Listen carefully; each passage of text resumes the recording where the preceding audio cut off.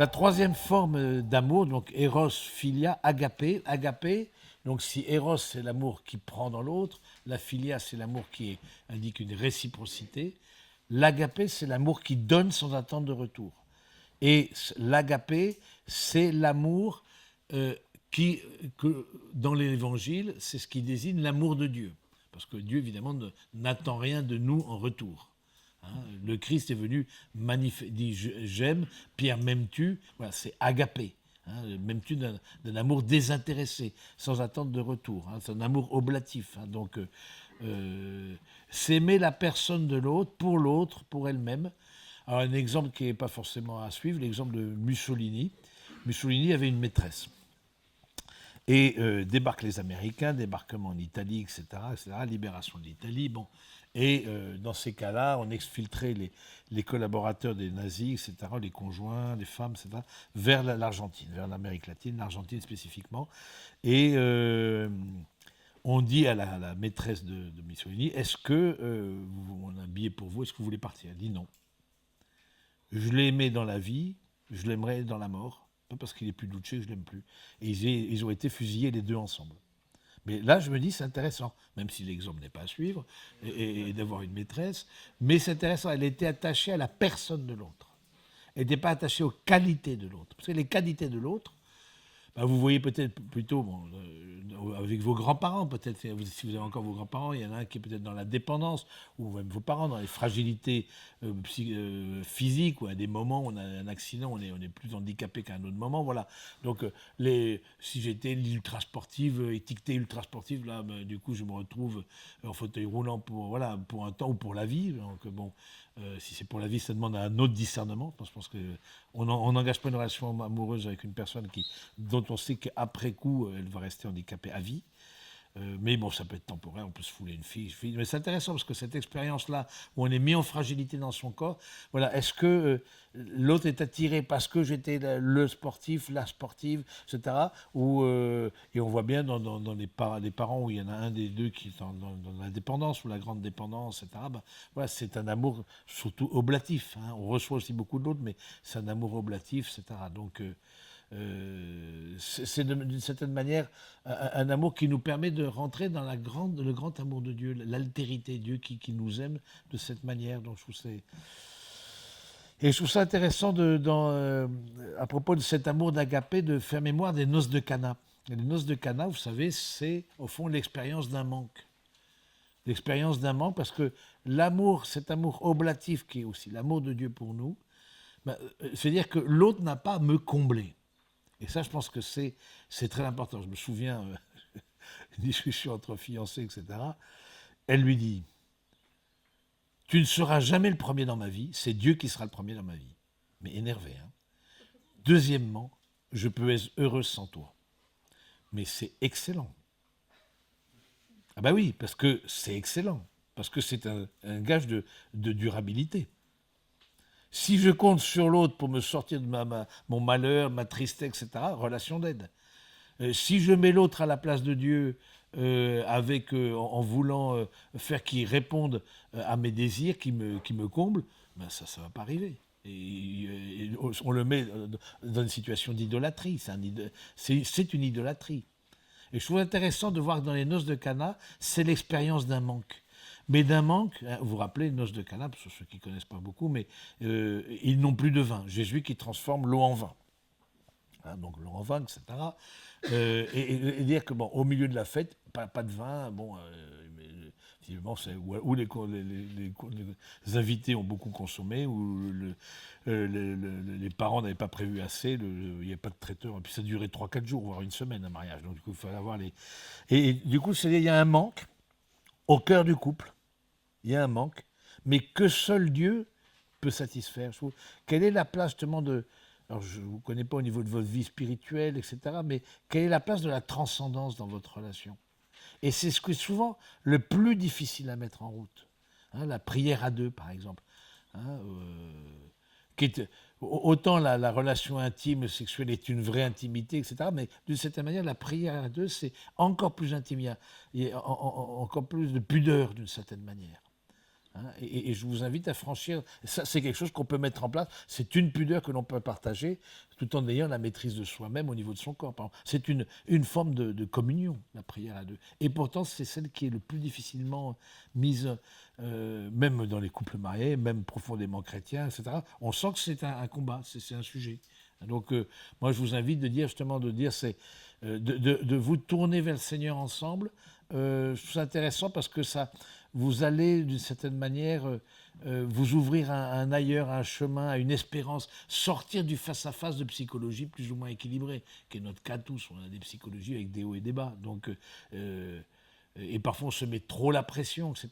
Justement de dire on a le droit aussi d'avoir des défauts, on a le droit de ne pas être impeccable, d'être pas la Superman, Superwoman, etc. J'ai le droit aussi d'être fragile à des moments. Et du coup, ce moment-là, je le tourne vers le Seigneur ensemble. Je suis accueilli aussi avec mes limites. Et ça, c'est vraiment très important. Et cet amour aussi d'agapé, en fait, c'est ce qui motive, qui est mis au centre, c'est ce qui motive la vocation consacrée. Hein. Dans la vocation consacrée, il y a un amour universel. Hein, alors que dans la désintéressé, alors que dans le mariage, c'est un amour privilégié avec une partie d'exclusivité. Donc, c'est intéressant dans le discernement entre vocation consacrée ou mariage. Certains parfois, je ne sais pas si certains se posent la question, mais en tout cas de dire tiens, entre amour universel et amour privilégié, amour désintéressé, amour de réciprocité. Vous voyez, je pense que c'est quelque chose qui est intéressant. Un autre point, c'est la purification des motifs que l'on a pour aimer. Donc, on change de paragraphe, on n'est plus dans les différentes catégories de l'amour, on est dans la purification des motifs de l'amour. Et c'est intéressant qu'Aristote, il distingue 3 motifs. Il y a l'utile, l'agréable et la bienveillance. 3 formes, 3 motifs pour aimer. L'amitié utile, c'est un amour réciproque, mais à cause d'une utilité que l'autre m'apporte. J'ai un permis, pas de voiture. Tu as une voiture, pas de permis. Tiens, est-ce qu'on ne pourrait pas faire route ensemble ? Mais c'est aussi le cas des couples qui se forment au travail. C'est d'abord un caractère utile. Ils se sont rencontrés, ils étaient peut-être dans la même équipe, où ils avaient l'occasion de travailler ensemble. C'est quelque chose d'utile. Hein. Ces personnes-là ne s'aiment pas pour elles-mêmes, mais pour l'avantage qu'elles en retirent l'une de l'autre. Hein, vous vous rappelez peut-être Les Adieux à la Reine, ça date un peu de ce film-là, où Madame de Polignac aime la reine, mais la quitte dès que ça tourne mal. Hein, la reine Antoinette. Donc du coup, je peux aimer l'autre pour les biens spirituels qu'il m'apporte ou les biens matériels qu'il m'apporte, non pas pour lui-même. Donc c'est l'amour utile. Ensuite, il y a l'amour agréable. On s'aime en fonction du plaisir qu'on a d'être ensemble. Mais quand le plaisir cesse, l'amitié cesse. Voilà. On entend « je t'aime plus ». Ah ben, je ressens rien. Ça tombe bien. L'amour n'est pas dans le ressenti, n'est pas dans l'émotionnel. L'amour est dans la volonté. Aimer, c'est vouloir, et vouloir, c'est aimer. Et vous faites bien la différence entre sentiment amoureux et amour. Le sentiment amoureux, il n'est pas forcément toujours là, que ce soit dans la relation avec le Seigneur, que ce soit dans la relation amoureuse. Les émotions, en tout cas, se transforment. Elles ne sont pas forcément... voilà. Donc, je trouve ça intéressant d'être attentif là-dessus, de dire, voilà, ce n'est pas l'amour agréable, ce n'est pas les qualités de l'autre dont je suis l'ami, son intelligence, son humour, sa profondeur, sa légèreté, etc. Mais le plaisir que je vais retirer de la présence de l'autre et inversement. Voilà, on est attiré par une sympathie, c'est une sympathie. Hein. Et qu'on n'a plus de plaisir, ah ben non, on arrête. Hein. La différence avec le troisième motif, qui est l'amour de bienveillance. L'amour de bienveillance, c'est l'amour un peu de la maîtresse de Mussolini avec le Duce, etc. Alors que les deux autres formes, les deux autres motifs, ce sont des formes d'amitié, d'amour passagère. Quand l'utilité, le plaisir cesse, l'amitié cesse. Ce sont des amitiés accidentelles, hein, au sens voilà, elles ne sont pas essentielles. Mais l'autre n'est pas aimé dans son essence, mais uniquement dans ce qui me procure quelque chose. Alors, ce n'est pas toujours facile de faire le lien, l'amour de bienveillance, d'aimer l'autre pour lui-même, hein, parce qu'on est aussi attiré par les qualités de l'autre. Mais si ces qualités n'étaient pas, ou alors on était attiré par la position sociale de l'autre, sans être vénal, mais on est fier d'avoir son conjoint qui a qui a fait des études importantes, qui a un travail intéressant, on est fier de le présenter, etc. Et si demain il est au chômage, qu'est-ce qui se passe? Est-ce que je serai encore fier de le présenter? Ouais, et donc on voit bien qu'est-ce qui vient purifier les motifs de l'amour et donc de l'amitié, ce sont les épreuves. Quand vous avez des épreuves, eh bien vous voyez qu'il y a une sorte de purification à faire parce que l'épreuve projette à l'extérieur ce que je vis à l'intérieur. Hein. L'épreuve, c'est comme un peu le bain révélateur, voilà, dans lequel on trempe un papier sur lequel s'imprime le négatif. Hein. Alors ça, c'était avant la photo numérique, la photo argentique. L'épreuve, c'est comme un bain révélateur. Ça fait apparaître des choses que vous n'avez peut-être pas vues avant. Donc c'est intéressant de les retravailler, de dire. Mais en tout cas, ça vient purifier quelque chose. Ça vient purifier quelque chose où, voilà. Donc je pense que c'est intéressant de. Donc c'est être attentif à ça, d'un amour durable. Hein. C'est vraiment un amour de bienveillance. Hein. C'est l'amour, vous avez tous vu, je pense, le film Les Intouchables, hein, où Philippe, joué par François de Cluzet, est angoissé de savoir s'il va être aimé par Éléonore, malgré son handicap, être aimé dans sa fragilité. Parce qu'on a parlé, on s'écrit des lettres, etc. Et puis il y a Omar Sy qui joue, je ne me rappelle plus son prénom dans le film, et qui dit mais non, c'est quoi ça, on va faire organiser une rencontre. Mais non, parce que lui, il n'a jamais dit qu'il était handicapé, et lourdement handicapé. Alors, oui, ça, du coup, voilà. Donc, c'est assez touchant en même temps où l'autre montre sa fragilité. Est-ce que c'est la personne de l'autre que j'aime ou est-ce que c'est les qualités de l'autre? Là, pour le coup, mais c'est aussi un vrai discernement pour ne pas tomber aussi dans une relation d'aide, etc. Donc, un dernier point que j'aimerais aborder avec vous, c'est les déceptions en amitié, les déceptions en amour aussi. On entendait la même chose. Elles viennent du fait qu'on ne parle pas de la même chose. Les amis sont en conflit parce qu'ils ne sont pas amis de la même façon, dit Aristote. Ils croient l'être. Le plaisir et l'utilité sont passagers. La crise est le révélateur du lien qui nous unit ou au contraire qui va sceller notre séparation. On se rend compte qu'on ne comptait pas vraiment pour l'autre, on était utilisé, ou on était juste parce que c'était sympa d'être ensemble. Je me souviens comme ça d'un couple que j'ai accompagné, d'une jeune femme que j'ai accompagnée. Elle était en couple, etc. Et puis le garçon est à Londres, dans la finance, avec un gros niveau de vie. Et elle est appareille, dit ben, je vais quitter, et puis je vais essayer de. On va, pour pas avoir la distance, voilà, du coup, ils sont en vie commune, etc. Et puis passe le temps. Et elle lui dit, bah, voilà, j'ai déjà 32, 33 ans, etc. Tu penses quoi, famille, mariage, etc. Ah, mais non, c'est pas sympa comme ça, là. Gros niveau de vie, un clic, on va à Rome, un autre clic, on va à Marrakech, un autre clic, etc. C'est pas sympa notre vie. Oui, mais attends, oui, mais moi j'ai besoin d'être aimé pour moi-même, c'est pas juste parce que c'est sympa. Et si demain tu fais faillite, et si demain tu es au chômage, on sait quoi, qu'est-ce sera quoi, sympa. Oui, donc, et je vous parlerai de logiciel de l'engagement. Elle avait besoin d'un engagement. Finalement, elle s'est séparée parce qu'ils n'avaient pas le même logiciel, ils n'avaient pas la même carte du monde, la même vision du monde. Donc, je trouve ça intéressant de travailler là-dessus. Donc, les déceptions dans l'amitié, hein, l'autre se recherche en moi, mais se donne pas ne se donne pas à moi. Donc, voilà. Donc, les amis attendent toujours des bienfaits de l'autre. Hein. Ils demandent toujours davantage en s'imaginant qu'ils ont moins que leur dû. Tu ne me donnes pas assez. Et du coup, faites attention. Si dans votre relation il y a une dimension de culpabilité, là, il y a un warning. Si vous vous sentez culpabilisé, alors soit parce que vraiment vous n'êtes pas beaucoup dans le don, et donc ça peut être... mais si habituellement, ça veut dire une emprise, d'une manière ou d'une autre. Hein. Ils en veulent à des amis parce qu'ils n'obtiennent pas tout ce qu'ils leur demandent, méritent. Voilà, ils souhaitent l'amitié s'accompagne d'une culpabilité. Attention à la manipulation. Hein. C'est la même chose en amour.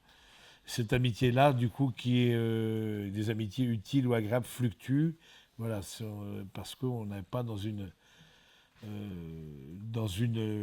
comment dire, une vraie amour de bienveillance. Et ça renvoie à une autre chose. Ça renvoie à la question du coup de foudre. Et vous avez eu d'autres histoires amoureuses. C'est intéressant de faire mémoire des autres histoires amoureuses que vous avez pu avoir. Déjà, qui a mis fin. Et parfois, on a les ex. On a eu des amitiés, des amours plus intenses. Vous voyez. Et du coup, on peut éventuellement comparer.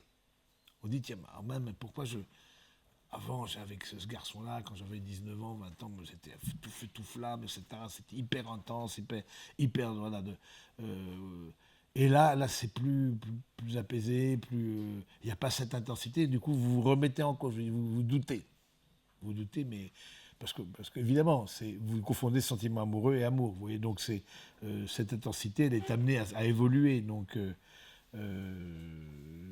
Et c'est vrai aussi, pour terminer, que quand on a été déçu en amour ou en amitié, peut-être certains d'entre vous, vous avez eu d'autres histoires qui sont parfois des histoires longues et qui sont mal terminées, par une séparation, voire des ruptures de fiançailles en amont, il y a toujours le risque de fermer son cœur. Il y a toujours le risque de fermer son cœur et de... Voilà, donc je pense que c'est important de réouvrir la porte de son cœur à une autre relation amicale, à une autre relation amoureuse pour avancer dans la vie, pas rester bloqué sur la blessure. Voilà, mes amis, ce que je souhaitais vous dire dans ce premier enseignement. Est-ce que vous avez des questions ? Les sacrements sont-ils tous des sacrements du salut ? Tous les 7 sacrements sont les sacrements du salut. C'est des signes visibles qui apportent le salut de Dieu. Et donc, ce salut, quand je vais communier à la messe, je demande d'être sauvé par la communion de mon égoïsme, de ma toute-puissance, etc. Dieu qui se fait humble dans l'hostie, etc. Pareil, dans le mariage, c'est le salut de Dieu qui arrive au couple. Personnellement, vous avez besoin d'être sauvé, on a tous besoin d'être sauvés, parce qu'on est tous pécheurs, mais en couple, vous avez aussi besoin d'être sauvés. Alors c'est intéressant, de quoi avez-vous besoin d'être sauvé ? C'est un principe actif de salut, je trouve, le sacrement, c'est intéressant, et qui dure, je veux dire, le sacrement de mariage. L'Eucharistie, on la répète régulièrement, mais ça dure. Comment définir ce que l'on est prêt à accepter de l'autre ? Alors, tout dépend, mais quand il y a des choses qui me taquinent, alors, ça dépend. Bon, c'est parfois des questions liées, par exemple, à la fidélité. Bon, peut-être à l'étape qui fait partie du monde. Quand il y a des coups de canif dans le contrat. Alors, ça, c'est un point compliqué. Ça ne veut pas dire qu'il n'y a pas de pardon, mais et quand c'est à répétition, pour moi, c'est un no-go. Ça, c'est clair. J'arrête la préparation. De même, j'arrête la préparation. L'avantage, je suis prêtre, mais je ne suis pas curé. Je ne suis pas curé de paroisse. Un curé de paroisse ne peut pas dire non à un couple qui veut se marier dans sa paroisse, où il habite. Sauf avoir des éléments très, très clairs en disant il y a une double vie, par exemple. Là, je ne peux pas marier, mais sinon on peut. Mais du coup, moi, comme je suis prêtre, mais pas curé, il y a une grande liberté de mon côté et du côté du couple aussi, qui peut aller voir quelqu'un, etc. Ou alors aussi, quand il y a des violences, par exemple des violences physiques ou psychologiques, j'arrête les préparations. Bon, maintenant... on change à la marge. On change à la marge. On change à la marge. Maintenant, avec quel défaut on peut vivre ? Avec quelle fragilité ? C'est pas forcément défaut, mais avec quelle limite on peut vivre ? Ensuite, il faut voir le cas particulier. Mais on peut mettre, encore une fois, c'est naturel, il revient au galop. Je veux dire, il y a des choses qu'on peut... Quelqu'un qui est plutôt de nature timide montera jamais sur la table en agitant les serviettes. Voilà, c'est pas son truc. Sera jamais dans le lead. Quelqu'un qui est dans le lead, qui attire la lumière, on lui demande pas d'être un second couteau pour autre chose, parce que voilà, parce que c'est pas sa zone. Et encore une fois, c'est avec votre personnalité. Alors oui, il y a un travail sur vous-même. Vous n'échapperez pas à un travail, mais tous, on a travaillé, moi je travaille sur moi-même, etc.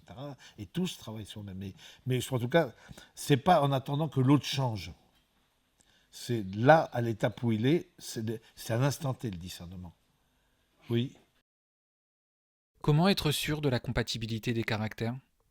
Il n'y a que vous qui puissiez répondre. Ces caractères, est-ce que c'est des questions de rapport à la colère ? Est-ce que c'est des rapports à la lumière, etc. Des caractères secondaires, des caractères plutôt primaires, voilà, extravertis, introvertis. Bon. Est-ce qu'il y a une certaine simplicité ou est-ce que vous sentez, vous devez prendre sur vous par rapport au caractère de l'autre ? Il y a tout de suite, dans votre sensibilité, il y a des choses qui vous dérangent et à répétition dans le caractère de l'autre. Et ce caractère-là, il ne va pas changer. Je pense qu'on peut faire des efforts, entre guillemets, mais on reste. Moi, je vois les coups, j'ai marié à 20 ans, je les retrouve exactement quand ils étaient fiancés, parce qu'ils n'ont pas. Bon, avec des heures de vol en plus, etc. Mais bon. Voilà, c'est une compatibilité de caractère. C'est vraiment à vous de répondre. Et là, on peut vous dire, bah, tiens, bon, soit, parce que c'est. Maintenant, qu'est-ce qu'il a. Vous vous rappelez, Robert Schuman, un des fondateurs de l'Europe, qui était célibataire, on lui dit, mais pourquoi vous êtes resté célibataire, etc. Parce que je cherchais la femme parfaite. Et vous l'avez trouvé, oui, mais elle cherchait l'homme parfait. Voilà, donc, alors, mais simplement ensuite, le curseur ou le mettre. S'il faut prendre sur soi, si c'est une tension intérieure dans la manière de réagir de l'autre, où on sent, bon, on peut pas, il y aura d'autres topos où on parlera de ça, de la question de la maturité, entre autres.